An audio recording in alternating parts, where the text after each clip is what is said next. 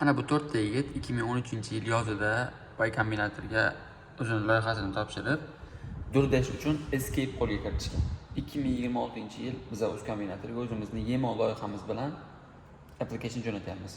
Ismim Muzaffar, Yemo loyihasi founderman.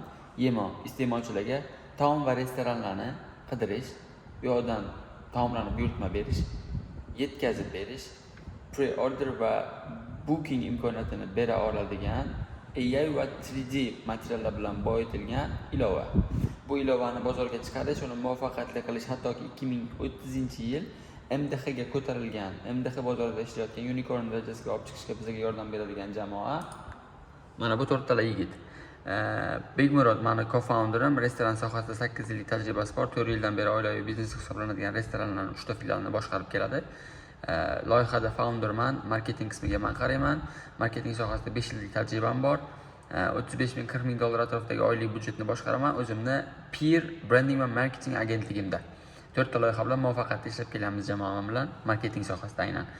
Ro'zimurod SEO bizani coding qismimizga, bizani web tomonimizga qaraydigan yigit.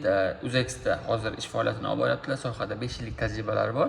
Full stack dasturchi hamda AI injenerlar. 5 yillik tajribaga ega Shahboz esa bizani backend dasturchimiz. U hozirda Tune kompaniyasida Toshkentda ishlayapti.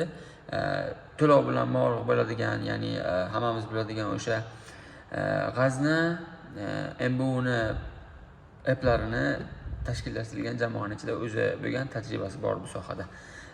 Biz mana shunday katta hajmli bozorni bir qismini egallamoqchimiz.